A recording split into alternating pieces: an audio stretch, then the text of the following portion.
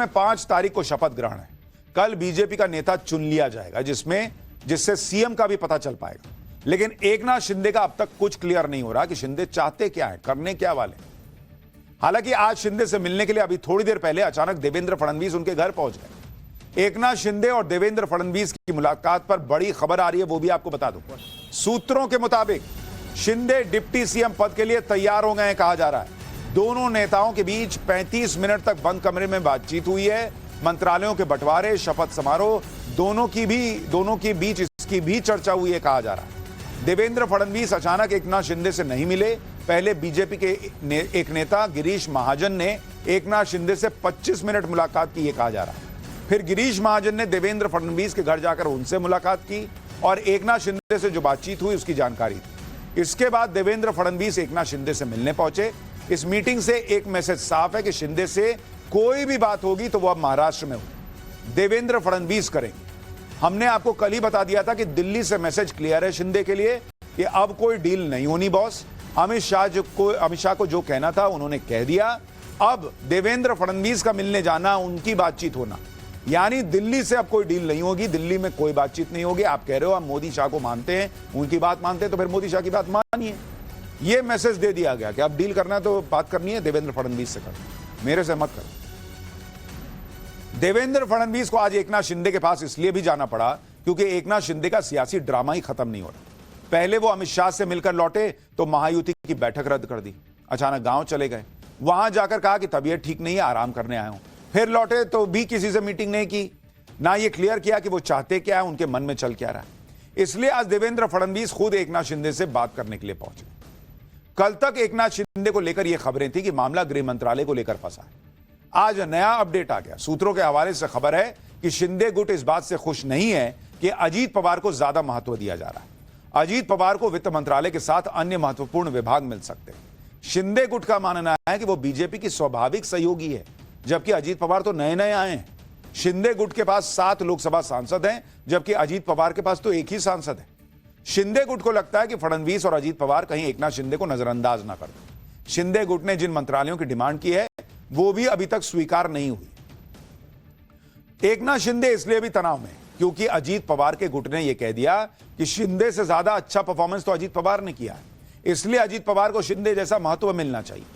अजीत पवार की पार्टी के नेता छगन भुजबल ने कहा कि स्ट्राइक रेट के मामले में बीजेपी पहले नंबर पर है, दूसरे नंबर पर तो हम यानी अजीत पवार गुट है, तीसरे नंबर पर शिंदे गुट है। भाई हमारा स्ट्राइक रेट शिंदे गुट से अच्छा है तो हमें भी शिंदे गुट जितनी जगह मिलनी चाहिए।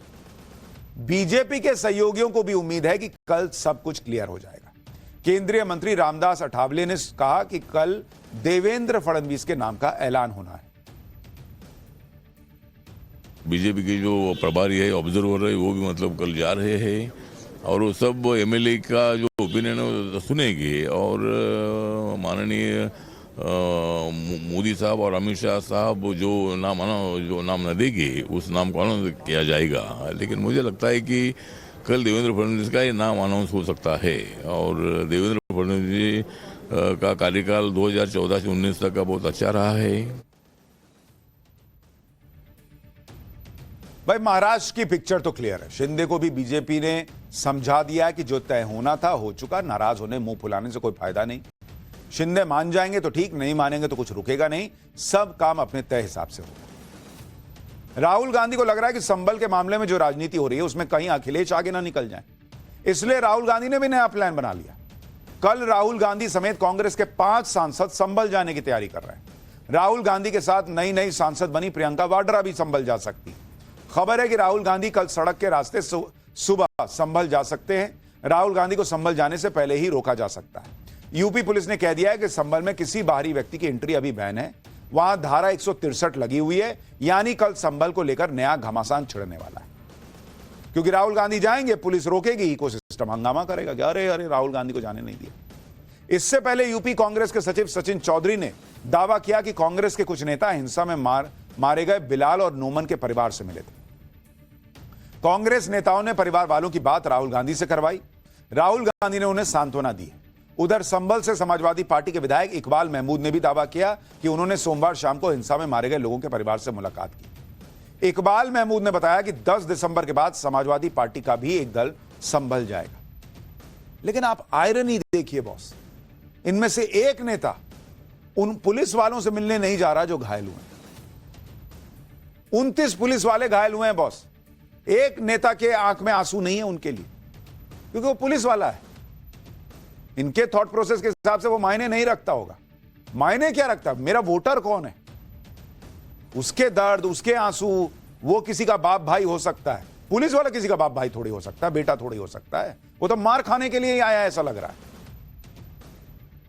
विपक्ष में संभल हिंसा के मुद्दे को लपकने की होड़ मची हुई, लेकिन इन लोगों से एक सवाल यह भी है कि संभल के पत्थरबाज तो सबको दिखते हैं, बांग्लादेश के हिंदू इन लोगों को नहीं दिख रहे। पुलिस तो छोड़ ही दीजिए, बांग्लादेश में हिंदुओं से के साथ जो हो रहा है वो भी इनको नहीं दिख रहा।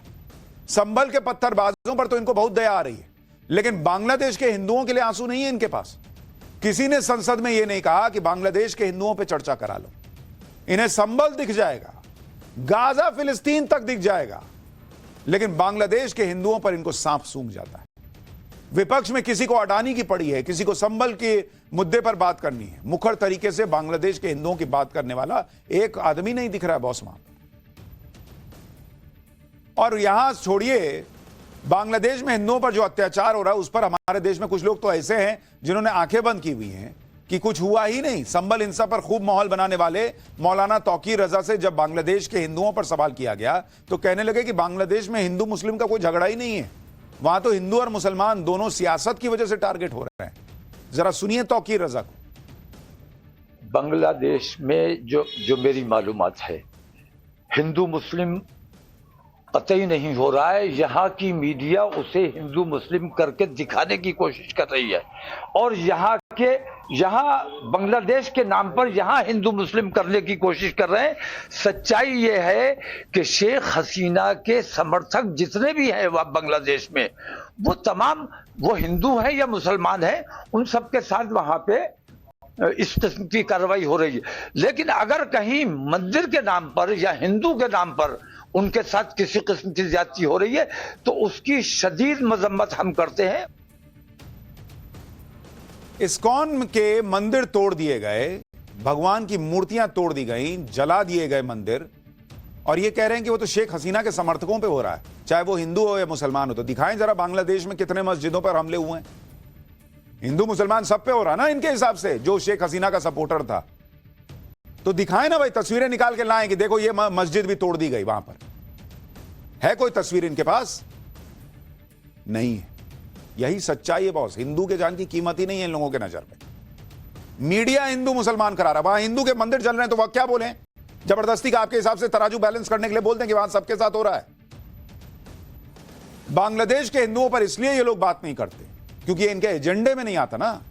इनके एजेंडे में फिट होता है संभल, क्योंकि मुसलमान का वोट बल्क में पड़ता है। हिंदू को क्या पड़ी है? हिंदू की जो आज की हालत है वो हिंदू की वजह से इनको भी समझ में आता है, क्योंकि वो बल्क में वोट करेगा नहीं, वो तो जाति में बटेगा, तो उसकी बात क्या करनी है? हटाओ हिंदू को।